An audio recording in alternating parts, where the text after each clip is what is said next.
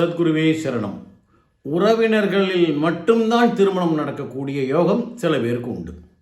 இப்போ காதல் திருமணம் அதெல்லாம் சொன்னோம். இப்போ உறவினர்களில் மட்டும்தான் பார்த்திங்கன்னா தூரத்து சொந்தமாக இருக்கும், இல்லை நெருங்கிய உறவு இருக்கும், அவர்களில் மட்டும்தான் திருமணம் நடக்கக்கூடிய யோகம் சில பேருக்கு உண்டு. அது எப்படிப்பட்ட கிரகங்கள்னு பார்ப்போம்.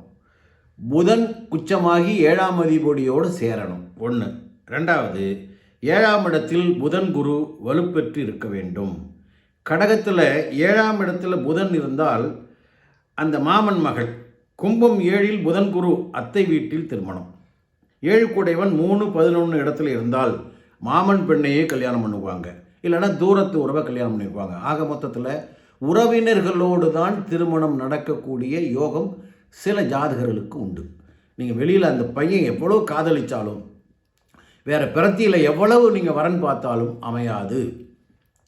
தூரத்து உறவினர்கள், அது நெருக்கமான உறவாக இருக்கலாம், தூரத்து உறவாக இருக்கலாம், மாமன் பொண்ணாக இருக்கலாம், அத்தை பொண்ணாக இருக்கலாம், அத்தை பையனாக இருக்கலாம், அவர்களுக்குள்ளத்தான் திருமணம் நடக்கும் அப்படின்னு ஜோதிட சாஸ்திரம் சொல்லுகிறது.